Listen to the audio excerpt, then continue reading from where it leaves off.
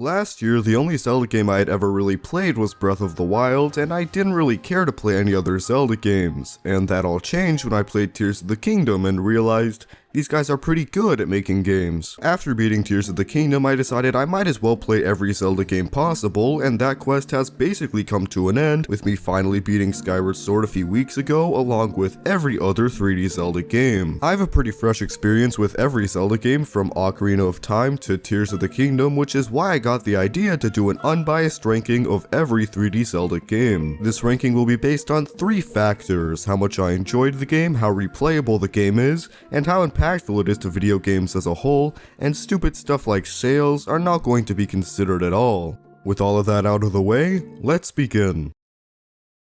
At last place, in number 7, I have The Legend of Zelda: Majora's Mask. I know that Majora's Mask has a very dedicated fanbase that will literally throw stones and kill you for saying anything bad about the game, so I want to start by saying that I don't think Majora's Mask is a terrible game. I just thought it had a lot of problems, and I was very disappointed by it. The best thing about Majora's Mask is definitely the storytelling and the narrative, and this is a game where talking to random NPCs and doing side quests is actually the highlight of the game. Despite Majora's Mask being a 20-hour game and me not really liking the main quest, I still played the game for 30 hours because I spent a lot of time finding NPCs and doing side quests, and the 3-day system makes NPCs and their schedules a lot more interesting. I also enjoyed seeing how some of the characters reacted to the end of the world, because a lot of people panicked, some people accepted their fate, and others were in complete denial. Majora's Mask really does create an amazing atmosphere, and you can really feel the despair near the end of the 3-day cycle when everybody is about to die. Majora's Mask takes a very dark approach to the Zelda series, and I thought that aspect of the game was actually done really well. Now that Majora's Mask has received its flowers, I do want to point out that everything good about the game is completely disconnected from the main quest, because the main quest is terrible. I understand that Majora's Mask was made in a year, so they needed some way to make a 20-hour game in such a short amount of time, but a lot of the progress you make in Majora's Mask is hindered by unnecessary padding or boring fetch quests. The best example of this is the Zora's Egg quest, which requires you to travel a large distance and collect eggs in a mini dungeon, which you will then bring back to the aquarium, and most likely you'll have to do this multiple times. Another issue I have with Majora's Mask is that there are only 4 necessary dungeons in the game, and only having 4 dungeons in a 20 to 30 hour Zelda game is just ridiculous, especially when 2 of them aren't even good. I'm not trying to be a hater or anything, and I really did try to like Majora's Mask, but the game just didn't do it for me.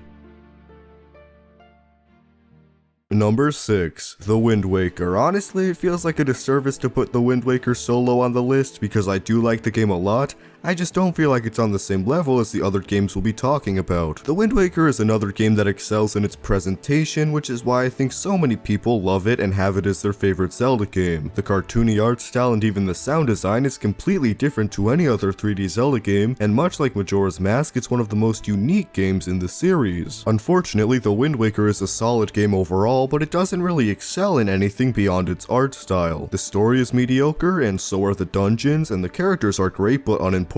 and even the soundtrack, while unique, is not on the same level as a few other Zelda games. There's also a lot missing from The Wind Waker because the game was very clearly rushed and unfinished. For example, there isn't a dungeon at all before you unlock Nehru's Pearl like there was for the other 2 pearls, and that's because 2 of the dungeons weren't able to be finished in time for Wind Waker's release. The world also feels super barren and empty, and that's not because it's large, but that's because the world is barren and empty. While most of the islands are useful to some extent, they don't feel unique or fleshed out at all, and even the ones that barely have any unique side quests or interesting content are few and far between. People love the ideas from Wind Waker, and Wind Waker would have potential to be one of the best in the series if it wasn't rushed, but it was rushed, and it is not one of the best in the series. At number 5, I have the complete opposite of The Wind Waker, Twilight Princess. This is really a game where my opinion changes based on the day because there are some things about the game that I really don't like, but most of the things in Twilight Princess are amazing. The most obvious thing to point out is the dungeons, because even for the Zelda series they are exceptional, and there's really only one Zelda game with dungeons as well designed and interesting as the ones in Twilight Princess. The Temple of Time, Snow Peak Ruins, Lake Bed Temple, Arbiter's Grounds, need I say say more, the dungeons in Twilight Princess are really a highlight of the game, and they take it from a 7.5 out of 10 to a 9.5 out of 10. The story in Twilight Princess is also one of the best in the series, and while it may not be exceptional, it was a story in a Zelda game that I actually sort of cared about, which is not an easy task to accomplish. Midna in particular is so unlikable from the start, but by the end of the game she was one of my favorite characters in the entire series, you know, up there with Tingle and Hestu. Midna leaving at the end is actually sad, especially because of how grand and well made the music in this game is, and that type of sadness was not there for me even in a couple of the games higher on the list. When a game is really able to evoke an emotion in you, especially a Nintendo game made for babies, that's how you know it is well made. Twilight Princess really does have what I would consider to be the best ending in the series, aside from maybe Tears of the Kingdom, so yeah, very good game. At the number 4 spot, we already really reached the masterpiece level, and I mean honestly we already reached that with Twilight Princess, but this game is just as good if not better. Breath of the Wild. Regardless of this game's problems, I think everybody can agree that a game like Breath of the Wild for the Zelda series had to happen. Even though I think that Skyward Sword is actually a better game than Breath of the Wild, the series really hit a point with Skyward Sword where the traditional Zelda formula was dry and boring for most people, and that is why Breath of the Wild decided to get rid of literally every important tradition in the series. People like to pretend that every change to the formula they made with Breath of the Wild was great, and while that is true for the most part, a lot of what made the old Zelda games so good comes from that original formula. Key items and heart pieces were a way for players to feel a sense of progress in the past, but in Breath of the Wild, key items don't really exist, and heart pieces are replaced with spirit orbs which can be collected at any stage in the game. The classic Zelda games were driven by a narrative, and the player was always in a hurry to move on to the next part of the main quest, but in Breath of the Wild, the story and the main quest are completely optional, and the game is more about exploring the world and listening to soft piano melodies in the background. These things are already important changes to the series, but what I would argue is by far the most important and the most damaging difference between Breath of the Wild and old Zelda is the dungeons. The old 3D Zeldas had these dungeons with elaborate and clever puzzles mixed with amazing atmosphere and awesome boss fights, while Breath of the Wild has 4 dungeons that look and sound the exact same with mediocre puzzles and bad boss fights. I wouldn't even say that Breath of the Wild tried and failed to make good dungeons, because dungeons were clearly not what they were focused on, and they were not trying. Complaints aside though, Breath of the Wild still has some of the best exploration in the series, if not the best, a very unique and lovable soundtrack, and it's the game that the Zelda series needed the most to thrive, which is why I can stand putting it above another masterpiece like Twilight Princess.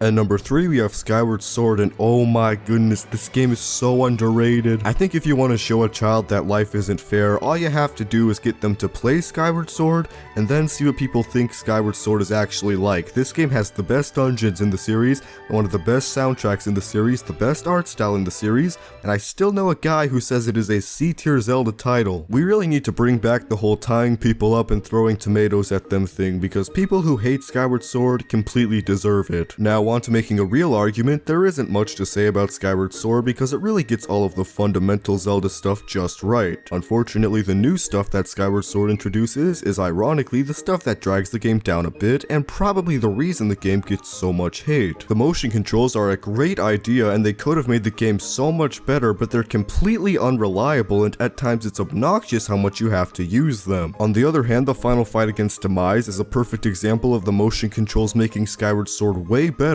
because parrying Demise's attacks and flinging your arm around and aiming your sword in specific directions to beat him is exhilarating and really makes you feel like you're in the battle. This type of problem does exist in other ways throughout Skyward Sword, but honestly, I don't really feel like criticizing Skyward Sword today because I'm sure there are already thousands of videos doing that, and this is straight up the most underrated game in the series.